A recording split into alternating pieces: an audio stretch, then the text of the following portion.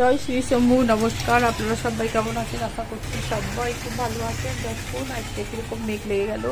সকালে ওয়েদারটা ঠিকই ছিল, দেখুন বৃষ্টি পড়ছে রিমঝিম করে।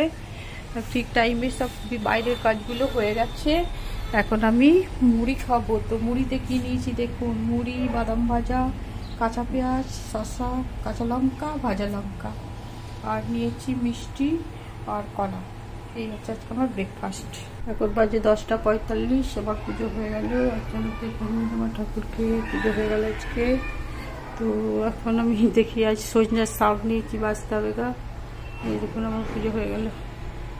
আজ বাজার থেকে সজনের শাক নিয়ে চলে এলাম। 10 টাকা দাম এই শাকটার।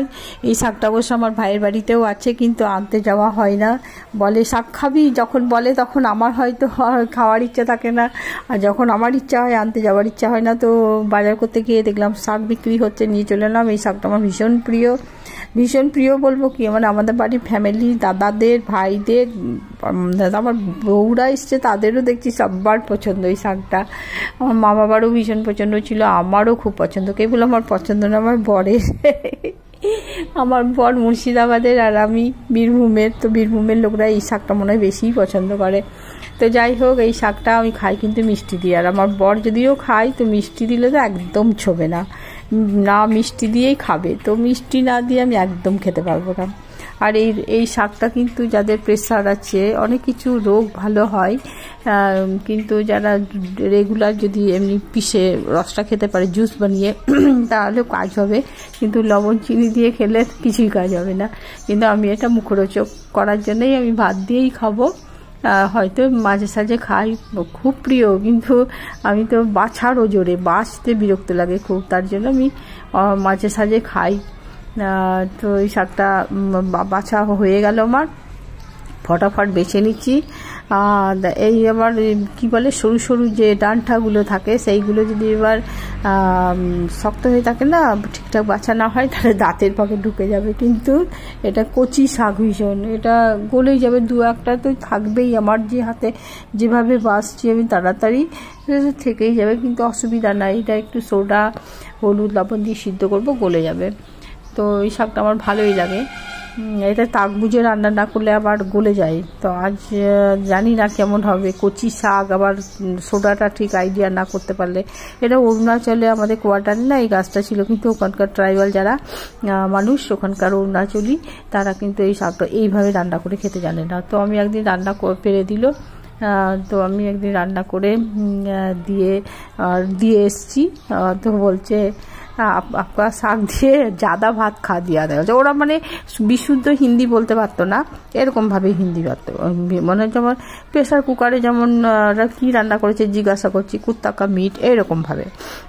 তো তারপরে যেমন জাদা ভাত খা দিয়া, এরকম করে, মানে শাকটা খুব ভালো লেগেছে, অনেকটা ভাত খেয়ে নিয়েছে, এরকমভাবে ওরা বলতো। দেখুন আমার শাকটা বাছা হয়ে গেল। এখন আমি গরম জলে এটা ফুটিয়ে নেব, দাঁড়িয়ে থেকেই ফুটাবো, কারণ এদিক ওদিক গেলেই ব্যাস গলে যাবে। তো দেখুন আমার জল ফুটে উঠেছে, শাকটা দিয়ে দিলাম, এতে লবণ হলুদ সব দিয়ে দিয়েছি। মিষ্টিটা এখন দেবো না, ভাজার সময় দেবো। তো দেখুন 2-4 হাতা দিয়ে নেড়ে দিলে এটা নেতা নেতা হয়ে গেল, মানে সিদ্ধ হয়ে গেছে, কচি শাক তো হয়ে গেল। জল ঝরিয়ে দেবো, দিয়ে দেখুন তেল চাপিয়ে দিয়েছি। এখন তেলের মধ্যে শুকনো লঙ্কা আর আপনার রসুন দিয়েছি। তো শাকটা যতটা মনে হয়েছিল অনেক, ততটা নয়, সিদ্ধ একটু মতোই হয়ে গেছে। তো আমার ছেলে তো খায় না, আমার হয়ে যাবে আর কি। তো আমিও এই শাকটা দিয়েই পুরো ভাতটা খেয়ে নেবো, এরকম আর কি ব্যাপার। আমার খুব প্রিয়, একটু যে মিষ্টি তাকে হয়। তো দেখুন শাকটা ছেড়ে দিলাম, এবার নেড়ে চেড়ে নামিয়ে নেবো, কারণ এই শাক বেশি ভাজতে সময় লাগে না, বয়েল হয়ে গেছে। তো একটু ভেজে নিলাম, লবণ মিষ্টি সব চেক করে দেখে নিচ্ছি, ঠিকঠাক আছে আমার মুখের মতো। তো এখন শাকটা আমার ভাজা হয়ে গেল। এখন দেখি আমি কাঁচকলা, আলু এগুলো কাটবো গা। দেখুন আমি কাঁচা কলা, আলু কাটবো, পেঁয়াজটা কুচি করে নেবো। তো বসে গেলাম কাটতে। তো এখন আলুটা কাটছি। আলুটা খুব একটা ভালো না, মাঝে মাঝে দাগ ধরা, তো কেটে বাদ দিয়ে একটু গন্ধ শুকে নিয়ে তারপরে কাটতে হচ্ছে, কারণ সেরকম যদি গন্ধ হয় তরকারিটাও গন্ধ হয়ে যাবে, বেকার হয়ে যাবে আবার রান্নাটা, খাটনিটা। তাই একটু ভালো করে দেখে শুকে টুকেই রান্না কাটছি আর কি। তো আলু কাটা হয়ে গেল, আর আমার এবার কলাটা ছাড়িয়ে নেবো, কাঁচা কলা। তো দেখুন কাঁচা কলাটা আমি কত করে নিল, 4টেতে 5 টাকা 20 টাকা বলছিল, 5 টাকা করে পিস, দুটো নিয়ে এসেছি। তো দুটোই আমাদের কাফি। খুব বেশি রান্না করলে আবার বাসি থেকে গেলে খেতে চায় না, আমি খাই কিন্তু আমার ছেলে আবার খেতে চায় না, তাই জন্য মনে করি যে দুবেলাতে শেষ করে দেওয়ার। তো মনে হয় একটু বেশি হয়ে যাবে বোধহয়, কালকে খেয়ে নেবো আমি। তো দেখুন আমার কলাটাও কাটা হয়ে গেল। তো দেখুন আমার এই নোংরাগুলো, যেহেতু সবজির খোসাগুলো পড়ে আছে, সজনে ডাঁটা ফাটা সব যা শাকগুলো বেছে দিলাম সেগুলো পড়ে আছে। এই ফাঁকে আমার রান্না পটল ভাজা, করলা ভাজা হয়ে গেছে, শাক ভাজা। তো কাঁচকলা আলু দিয়ে যে ঝোলটা করছি ওটা হচ্ছে, ফুটছে আর কি। এই ফাঁকে আমি সবজিগুলো সব খোসাগুলো একটা প্যাকেটের মধ্যে ভরে নিচ্ছি। তো দেখুন এইগুলো জড়ো করে দিচ্ছি ঝাড় দিয়ে, তারপর প্যাকেটে ভরবো। ওই দেখুন আমার কুকুরটা চেঁচাচ্ছে, নিশ্চয়ই কেউ আসছে মনে হয়, কেউ আমার ঘরের দরজা খুলে আসলে চেঁচাই, আমি বুঝতে পারি সেটা, কিন্তু লোহার দরজা একই রকম সব ঘরেই, তো কুকুর কিন্তু চেঁচাই না, আমি বুঝতে পারি না। আমি ঠকাম করে আওয়াজ হলে আমি বরং বেরিয়ে দেখি, কিন্তু আমার কুকুর অন্য ঘরে ঠকাম করে আওয়াজ করলে কিন্তু বেরোয়, চেঁচাই না। আমারই গেটে যখন কেউ ঠকাম করে আওয়াজ করে ঢুকবে তখনই চেঁচাই। তো এই হচ্ছে কুকুরের আর কি ঘ্রাণ শক্তি বা দৃষ্টিশক্তি বলে, যাই বলেন। আমি তো ঘরের ভেতরে থাকি, ঠকাম করে সব বারান্দায় বসে থাকলে পরে, বা যদি বারান্দায় বসে নাও থাকে, রুমের ভেতরেও থাকে, তাও কিন্তু বুঝতে পারে যে আমাদের ঘরেই গেটটা কেউ খুলে আসছে, এরকম আর কি। তো চাচায় তখন আমি বেরিয়ে দেখি। তো দেখুন আমার ভাইপো চলে এসছে কাঁঠাল দিতে, ওর মা একটু আগে ফোন করেছিল। তো দেখুন আমার ভাইপো এই কাঁঠাল দিয়ে গেল। এখন আমি তরকারি এগুলো ভরবো, একটু ভাইপো যাবে, তারপরে ভাইপোকে কটা আম ভরে দিই, খালি যাবে প্যাকেট, তো ভরেই দিই, আম কয়েকটা আছে ভরে দিই। তো গেল এখন আমার ভাইপো, এখন আমি আবার এগুলো পরিষ্কার করে ভরে নেব। আর এগুলো ভরতে বেশি সময় লাগবে না, ফটাফট ভরে নেব। দেখুন বলতে বলতে আমার প্যাকেটের মধ্যে এই সবজির খোসাগুলো ভরে নিলাম।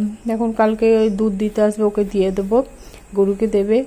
আর এরপরে আমি একটু মুছে নেবো লাঠিটা দিয়ে, কারণ ওই চিটচিট করবে না মুছলে, তো একটু মুছতে বেশি সময় লাগবে না, এইটুকুনি মুছবো, পুরোটা তো মুছবো না। তো দেখুন এগুলো টেনে টেনে আমি ভালো করে মুছে দিলাম। তো আমার এই দিককার কাজটা কমপ্লিট হয়ে গেল। এখন আমি একটু রেস্ট নেবো, ভাত বসিয়ে প্রায় ভাতও হয়ে এসছে আমার। তো ঝোলটাও নামিয়ে দেবো, ভাতটাও নামিয়ে দেবো, দিয়ে আমি তখন রেস্ট করব। তারপরে যখন ছেলে জল ঢালতে গেছে মন্দিরে, ও আসবে, তারপরে ভাত খাবো একসঙ্গে। শুভ দুপুর বন্ধুরা, এখন বাজে দুপুর 2টো। এখন আমরা ভাত খাবো। আজকের ভাতের মেনু হচ্ছে সজনে শাক ভাজা, করলা ভাজা, পটল ভাজা, কাঁচকলা আলুর ঝোল আর পোস্ত বাটা।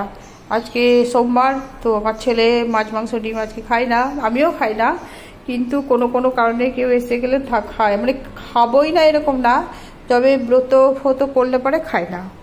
তো আজকে সোমবার, আজকে নিরামিষ খাবারই চেষ্টা করি। তো এই আমাদের আজকের মেনু, আপনারাও খান। আমার ভিডিওটা যেখানেই শেষ করছি, আপনারা ভালো থাকবেন, সাবধানে থাকবেন, সুস্থ থাকবেন। আর আমার ভিডিও দেখে আপনারা লাইক, কমেন্ট এবং সাবস্ক্রাইব করবেন।